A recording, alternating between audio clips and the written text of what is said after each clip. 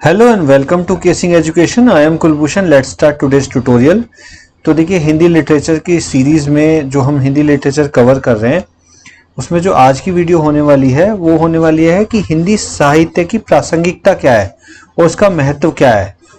मतलब कहने का ये है कि देखिए, हिंदी साहित्य आपने ऑप्शनल चूज कर लिया, आप उसे पढ़ भी रहे हैं, क्योंकि स्कोरिंग है। लेकिन जब आप पढ़ रहे हैं या मान लिया आप इंटरव्यू तक पहुंच गए, आपने मेंस क्लियर कर लिया, आपने प्री क्लियर कर लिया और इंटरव्यू में आपसे सवाल पूछ लिया कि जो हिंदी साहित्य आपने लिया है इसकी कोई जरूरत है आजकल। आजकल क्यों पढ़ रहे हैं हम? भाई, किसी भी चीज को पढ़ने का कोई लॉजिक तो होना चाहिए, कोई रीजन तो होना चाहिए। तो हिंदी साहित्य को हम क्यों पढ़ते हैं, क्या लॉजिक है इसकी, क्या प्रासंगिकता है आज के टाइम में? आज के टाइम में तो हर चीज मतलब विज्ञान का युग चल रहा है, हर चीज में टेक्नोलॉजी है। तो क्या साहित्य को कोई पूछता है? इसकी कोई जरूरत है भी? देखिए, ये आप इसको हल्के में ना लें, क्योंकि ये बहुत ही इंपॉर्टेंट क्वेश्चन है, बहुत ही महत्वपूर्ण क्वेश्चन है ये, जो इंटरव्यू में पूछा जा सकता है और आपको पता होना चाहिए। देखिए, एक चीज अगर आप एज एन ऑप्शनल ले रहे हैं तो उसकी ना तह में जाके पढ़ना होता है आपको, उसको बिल्कुल गहराई से पढ़ना और समझना होता है आपको। और तो गहराई से पढ़ने समझने का मतलब सबसे पहला क्वेश्चन तो यही आता है कि भाई इसकी जरूरत क्यों है, क्यों पढ़ रहे हैं हम, क्या जरूरत है, कोई लॉजिक है इसका? तो वही हम आज देखने वाले हैं। तो चलिए शुरू करते हैं। सबसे पहले हम देखेंगे हिंदी साहित्य की प्रासंगिकता और महत्व में। ये प्रासंगिकता होती क्या है? प्रासंगिकता, जैसे कि मैंने अभी बताया, कि समाज के अस्तित्व और विकास में कोई योगदान दे पाती है वो चीज या नहीं दे पाती, समाज के लिए जरूरी है या नहीं है। दूसरी चीज हम जो देखने वाले हैं वो क्या है, हिंदी साहित्य के प्रासंगिक होने का आधार क्या है, मतलब किस आधार पे कहा जा सकता है कि हाँ, हिंदी साहित्य प्रासंगिक है, आज के टाइम में भी लॉजिकल है, जरूरत है इसकी। तो देखिए, सबसे पहला जो रीजन आता है वो आता है स्वस्थ मनोरंजन करता है। ये बड़ा इंपॉर्टेंट है, स्वस्थ मनोरंजन। देखिए, मनोरंजन तो आप हर चीज से कर लेंगे, आप मूवी देख के भी मनोरंजन कर लेंगे, आप वेब सीरीज देख के भी मनोरंजन कर लेंगे, है ना, मिर्जापुर देख के भी मनोरंजन कर लेंगे, वेब सीरीज। तो लेकिन वो मनोरंजन क्या हेल्दी मनोरंजन है, स्वस्थ मनोरंजन है? उसमें जिस तरह की चीजें दिखाई जाती हैं वो एंटरटेनिंग तो होती हैं, लेकिन क्या हम उसे हेल्दी एंटरटेनमेंट कह सकते हैं? क्या स्वस्थ मनोरंजन है? क्या आप उसे फैमिली के साथ, अपनी मदर के साथ, अपनी सिस्टर के साथ बैठ के देख सकते हैं क्या? हेल्दी मनोरंजन का मतलब तो ये कि सबका मनोरंजन होना चाहिए, लेकिन उसमें कुछ कंटेंट ऐसा होता है जो हम सबके साथ बैठ के नहीं देख सकते, है ना। तो यानी कि वो स्वस्थ मनोरंजन तो नहीं है। तो हिंदी साहित्य क्या है कि आपके एक स्वस्थ मनोरंजन करता है, एक हेल्दी एंटरटेनमेंट आपको देता है। आप किसी के साथ भी बैठ के इसको एंजॉय कर सकते हैं। आप खुद से पढ़ते हैं, आप कभी साहित्य की कोई चीजें पढ़िए, आपको वो लॉजिकल लगेगी, आपको पढ़ने में मजा आएगा कि हाँ, इसका कुछ मीनिंग है, जीवन में इसका कुछ सेंस निकलता है ना, वो चीज। दूसरा रीजन, समाज की समस्याओं की पहचान करके उनके समाधान सुझाता है। तो देखिए, समाज में साहित्य का दूसरा योगदान क्या रहता है कि समाज की समस्या को हम पहले पहचाने कि समाज में समस्या क्या है, और फिर उसका समाधान अगर हमें कोई बताए तो कितना अच्छा रहेगा। तो साहित्य वही करता है। कैसे करता है, अभी हम अगले एग्जाम्पल में इसको देख लेंगे। जो तीसरा हमारा रीजन है, तीसरा रीजन क्या है, आदर्श समाज के निर्माण के लिए जरूरी नैतिक मूल्यों की स्थापना करता है, जैसे कबीर, सूर, तुलसी की रचनाएं। ठीक है, ये की जगह के हो गए, माफ कीजिएगा उसके लिए, तुलसी की रचनाएं हैं ये। अच्छा, तो नैतिक मूल्यों की स्थापना कैसे करता है? देखिए, एक बहुत ही अच्छा कबीरदास जी की एक बहुत ही अच्छी रचना यहाँ पे दी हुई है। बेटा जाए क्या हुआ, कहा बजावे थाल, आवन जावन हुए रहा, जो कीड़ी का नाल। इसमें कहने का क्या मतलब है, बेटा पैदा होने पर हे प्राणी, थाली बजाकर इतनी प्रसन्नता क्यों प्रकट करते हो? जीव तो 84 लाख योनियों में वैसे ही आता जाता रहता है, जैसे जल से युक्त नाले में कीड़े आते जाते रहते हैं। तो देखिए, एक बहुत ही व्यंग करने की, मतलब बहुत ही एक कटाक्ष करने की कोशिश करी है उन्होंने। किस चीज पे? समाज की कुप्रथा पर। कौन सी कुप्रथा? कुप्रथा ये कि हम बेटियों को बिल्कुल इंपॉर्टेंस नहीं देते हैं, हम बेटों को बहुत ज्यादा इंपॉर्टेंस देते हैं। जब बेटी पैदा होती है तो हम ऐसे रिएक्ट करते हैं कि जैसे पता नहीं कि क्या परेशानी आ गई है, क्या हो गया है। लेकिन जब बेटा पैदा होता है तो ढोल नगाड़े बज रहे हैं, मिठाइयां बट रही हैं। क्यों? ऐसा क्यों? क्योंकि हमारी सोच वैसी है। और ये सोच क्या है? ये कुप्रथा हमारी चलती हुई आ रही है, इसलिए हमारी सोच में ये बैठा हुआ है। तो आप मुझे बताइए, क्या ये समस्या सिर्फ पुराने जमाने की समस्या है? क्या ये समस्या आज नहीं है? बिल्कुल है। क्या आज हम ये नहीं देखते हैं? बिल्कुल देखते हैं। तो देखिए, जो हमारा जो साहित्य है वो क्या करता है, जो मैंने दूसरा पॉइंट बताया था, समाज की समस्याओं को पहचान कर उनके समाधान सुझाता है। अब कबीरदास जी ने क्या किया? ये एक समाज की समस्या है, ये समाज की एक कुप्रथा है, हमारे एक मानसिकता है जो कि गलत बनी हुई है, उसको हटाने के लिए, उसको तोड़ने के लिए उन्होंने इस तरह का कटाक्ष करने की कोशिश की है, समझाने की कोशिश की है कि बेटा और बेटी में कोई अंतर नहीं है। हम किसी को ज्यादा महत्व दें और उसके पैदा होने पर ढोल नगाड़े बजाएं और दूसरे के पैदा होने पर हम इस तरह से ना करें, ये सही नहीं है। तो आदर्श समाज के लिए जो नैतिक मूल्य होने चाहिए, क्या होने चाहिए? कि समाज में सबको बराबरी का दर्जा मिले। तो उसके लिए नैतिक मूल्यों की स्थापना करता है ये।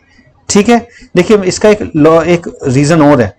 ये एक देखिए, यूपीएससी की अगर आप तैयारी कर रहे हैं तो यूपीएससी की तैयारी में अगर आपको सफल होना है तो आपको ध्यान रखना पड़ेगा कि कोई भी चीज आप अगर पढ़ रहे हैं तो उसको आपको करंट से जोड़ के देखना है, करंट सिचुएशन से उसको जोड़ के जरूर देखना है और उसके अगेंस्ट में आपको अपना डेटा उसमें मेंशन करना है।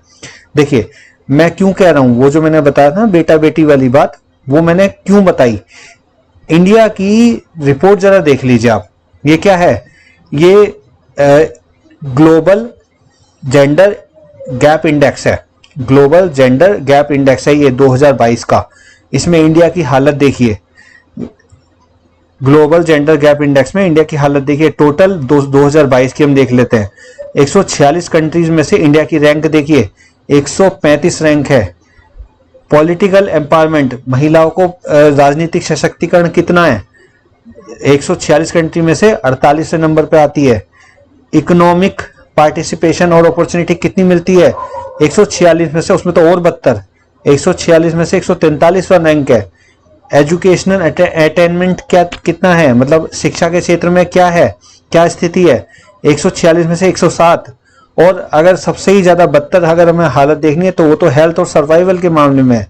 हेल्थ और सर्वाइवल के मामले में अगर हम देखे जाए तो 146 देशों में से 146वें नंबर पे आते हैं हम, सबसे निचले पायदान पे। और बताइए, क्या आपको ये डेटा रेलिवेंट नहीं लगता है? क्या आपको नहीं लगता है कि वो जो समस्या कबीरदास जी ने जिस पे कटाक्ष किया उस समय पे, वो आज भी रेलिवेंट है?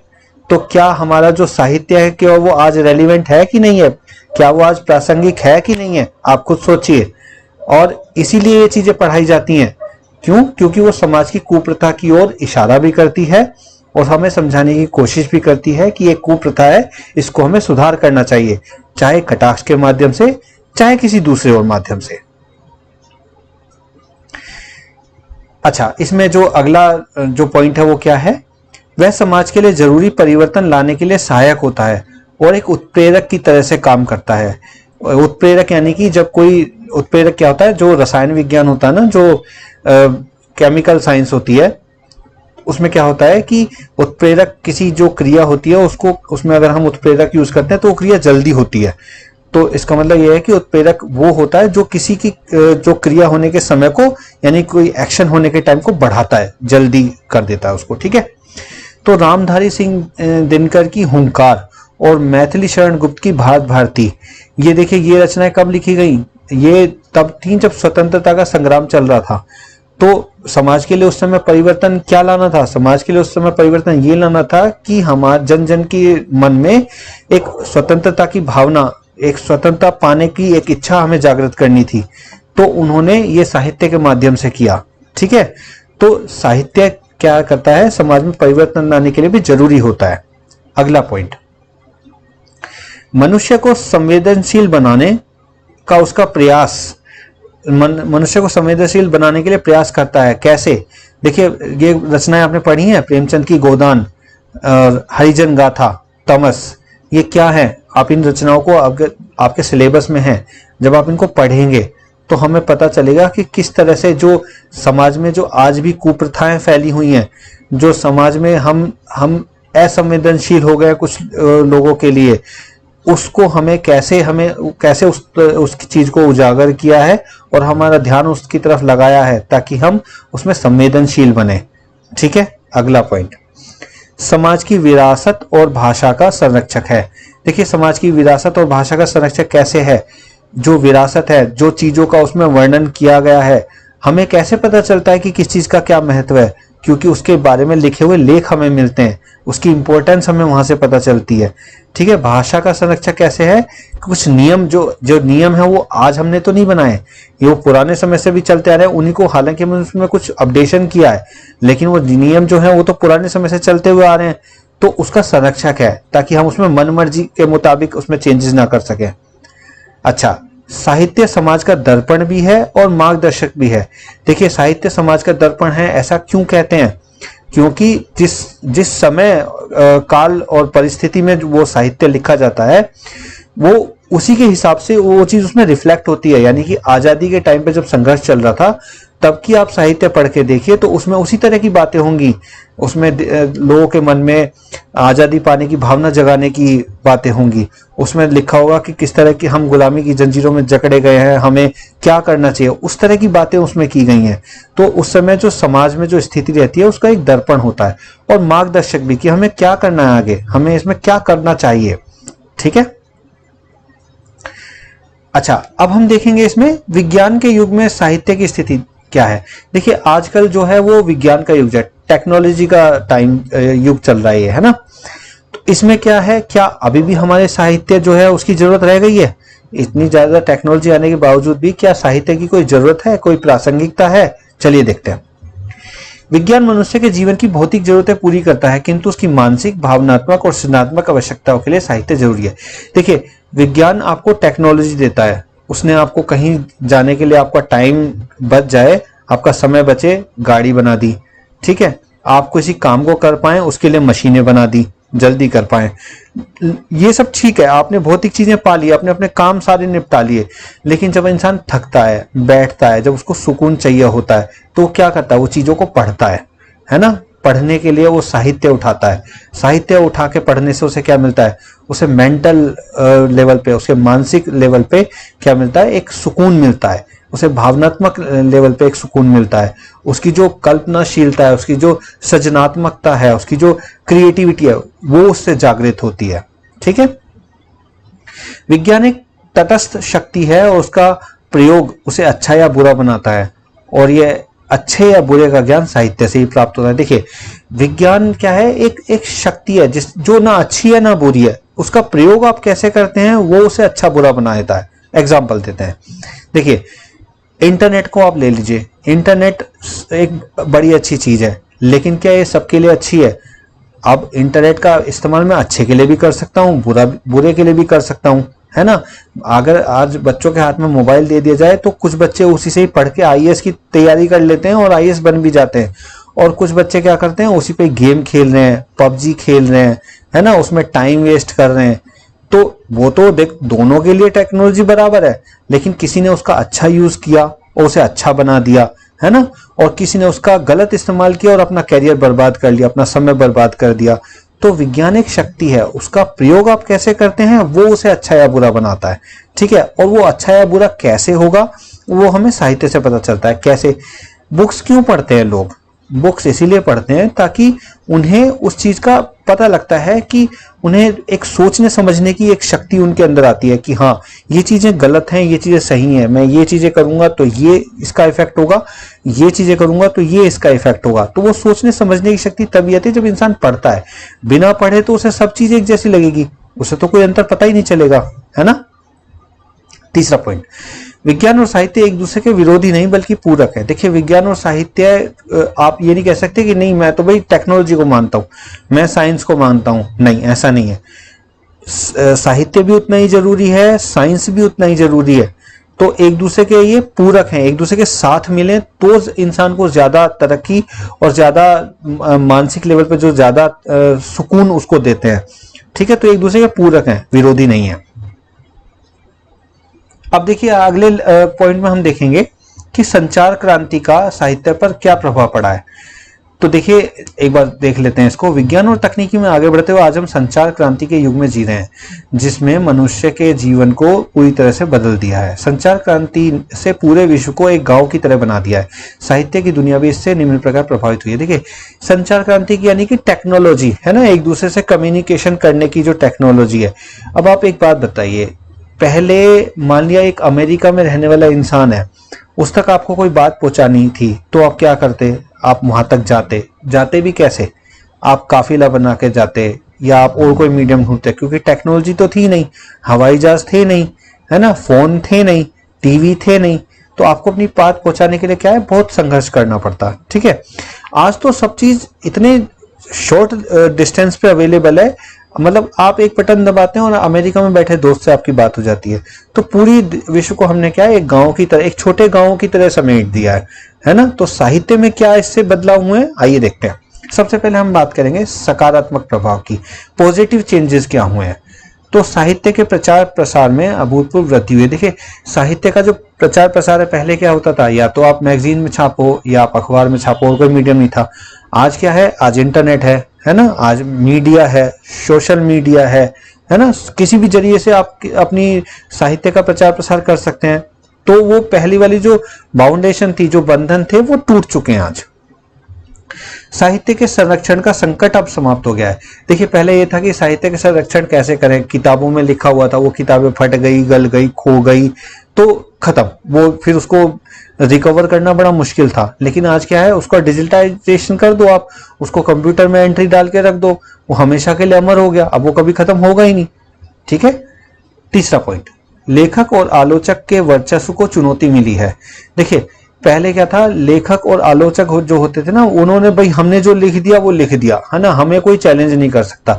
अभी क्या है, लोगों को जानने समझने का मौका मिल रहा है। इंटरनेट से क्या है, हर कोई अपनी जो फीलिंग है वो शेयर कर सकता है, नई नई सोच आ रही है, नई नई लेखक आ रहे हैं। तो उससे क्या है, अब किसी की मोनोपोली नहीं है कि भैया मैं ही लिखूंगा, मैं क्योंकि मैं एक स्टैब्लिश लेखक हूं, मैं ही लिख सकता हूं। नहीं, ऐसा नहीं, एक नया लेखक भी आके आपको चैलेंज कर सकता है, आपको चुनौती दे सकता है।